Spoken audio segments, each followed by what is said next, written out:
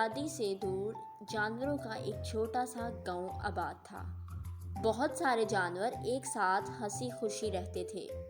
صرف ایک جانور ایسا تھا جو خوش نہیں تھا، اور وہ تھا خرگوش، کیونکہ کوئی بھی اسے اپنا دوست نہیں بناتا تھا۔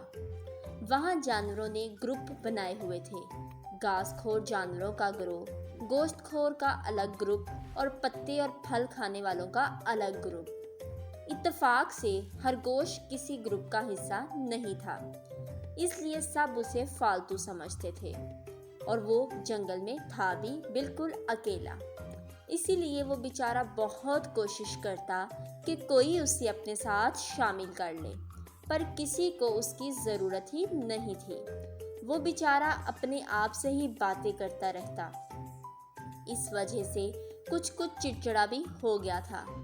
ایک دن شہر میں نیا چڑیا گھر کھلنے کی اجازت دے دی گئی۔ چڑیا گھر والوں کو کسی نے اطلاع دی کہ آبادی سے کچھ دور آپ کو جانوروں کا ایک گاؤں ملے گا، جہاں تقریباً سارے ہی جانور ہیں۔ اگر آپ سارے گاؤں کو قید کر لیں تو چڑیا گھر فوراً شروع کیا جا سکتا ہے۔ اچانک ایک دن جانوروں کے گاؤں کو چاروں طرف سے گھیر لیا گیا۔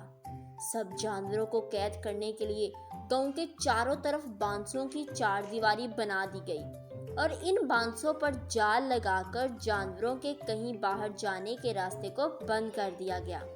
یہ سارا کام کرنے میں رات ہو گئی۔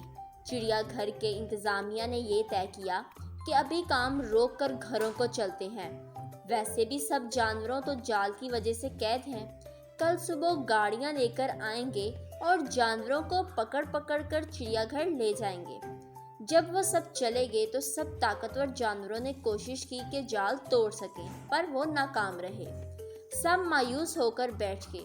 آخرکار خرگوش بولا، اگر آپ سب مجھ سے دوستی کرنے کا وعدہ کرو تو میں کچھ کروں۔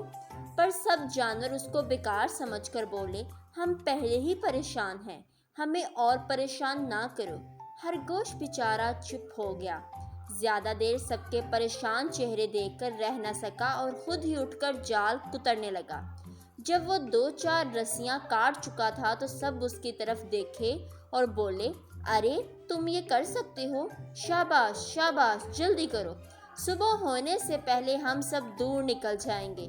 خرگوش نے جال کترنا روک کر اپنی بات پھر سے دہرائی کہ اگر آپ سب مجھے اپنا دوست بنائیں گے تو میں جال کاٹوں گا، ورنہ مجھے تو چڑیا گھر جانے میں کوئی پریشانی نہیں ہے، کم از کم وہاں اور خرگوش تو ہوں گے نا۔ سب جانور بولے، ہاں ہاں، تم ہمارے دوست ہو، اب وقت ضائع مت کرو اور جلدی سے اپنے دانتوں کے ذریعے یہ جال کاٹ دو۔ خرگوش جلدی سے جال کاٹنے لگا اور سخت محنت کے بعد کافی جال کاٹ لیا۔ بندروں نے جال کو پکڑ کر راستہ بنایا اور سب جانور جلدی جلدی باہر نکلنے لگے اور چیتوں کی راہ بنائی۔ میں ایک نئی سمت بھاگنے لگا۔ گینڈے جال سے نکلتے ہوئے راستے میں پھنس گئے۔ خرگوش غصے سے بولا، کتنا کھاتے ہو یار، وزن دیکھو ذرا اپنا۔ پھر خرگوش نے مزید جال کاٹا اور گینڈے بھی جلدی سے نکل کر باقی جانوروں کے پیچھے بھاگ گئے۔ خرگوش وہاں اکیلا رہ گیا تو غصے سے بولا، یہ سارے منحوس تو بھاگ گئے مجھے اکیلا چھوڑ کر، میں نے خام خواہ ان کی مدد کی۔ اتنے میں چند کینگڑوں باقی بھاگتی ہوئی آئی اور خرگوش کو بولی، سوری خرگوش بھائی، ہم آپ کو بھول ہی گئے، چلیں ہم آپ کو ہی لینے آئے ہیں۔ ایک کینگرو نے جلدی سے خرگوش کو اٹھا کر اپنی پاکٹ میں ڈال لیا اور نئے مقام کی طرف دوڑ پڑی۔ سب جانوروں نے دور جنگل میں نئے سرے سے ڈیرے ڈالے اور ہنسی خوشی رہنے لگے۔ اب وہاں خرگوش کو بہت اعلیٰ مقام دیا جاتا، اس نے سب کو قید سے رہائی جو دلائی تھی۔ تو دوستو، پیارے بچوں، نتیجہ یہ نکلا کہ کسی کو بھی کمتر نہیں سمجھنا چاہیے۔ ہر ایک میں کوئی نہ کوئی خاص بات ضرور ہوتی ہے۔ جیسے جنگل کے جانور مشکل میں تھے لیکن ان کی مدد خرگوش نے کی۔ Keep watching Chintu TV. Like, share and subscribe our channel.